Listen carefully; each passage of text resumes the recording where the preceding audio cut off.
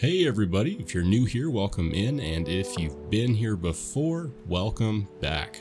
I'm Rollshambo, and today we're going to do a 3-minute knife review on the Pena X Series Apache Blade HQ Exclusive. Yeah, that is definitely a mouthful. So for the sake of my ever-dwindling sanity, we're just going to call it the Apache X from here on out. Now first, I'd like to talk about the design. When looking at this knife, you can tell that the design is a nice mix between modern and traditional.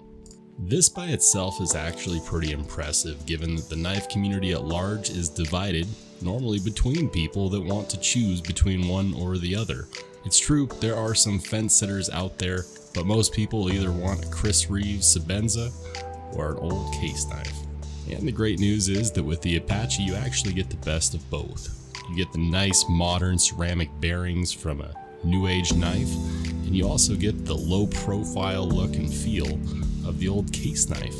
And the Apache does a great job at making you feel like you're not overcompensating. There are a lot of knives out there that are just too big, or they're designed like a big knife and they're actually just too small.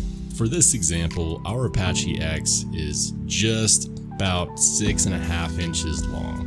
And it comes in at a weight of 3 ounces flat. For those ratio guys out there, they'll get a real kick out of that. And while the knife itself is light, it doesn't feel cheap.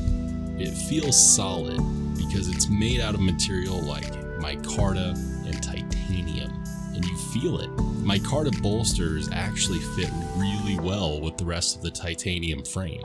There's no visible gaps between the two, and the micarta bolster actually serves as a lock bar against the frame lock that it currently exists. Or maybe I should use the term over travel stop. This actually gives it the same benefit that you'd get out of a liner lock, where holding the knife tightly won't hinder your ability to flip it. And speaking of flipping, did I mention that it's got a front flipper? Now let's get down to blade steel.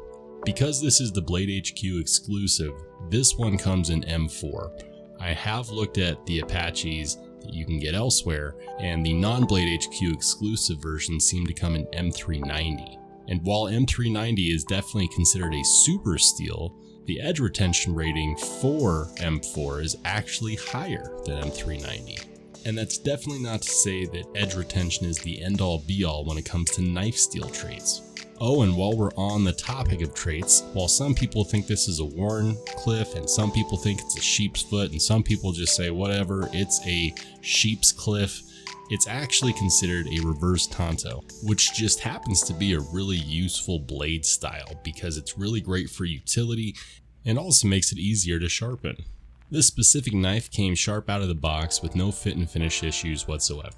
If I had to recommend it for someone, I would say it's a good 5th pocket carry or watch pocket carry, or for people that just need something that's discreet and doesn't scare away all the ladies. So yes, I would absolutely recommend this knife. I think that it's a great carry. And if you're interested in picking one up, they cost about $289 and can be found on Blade HQ. If you want it for a little bit less, you can get one with G10 instead of micarta, and that will run you about $274.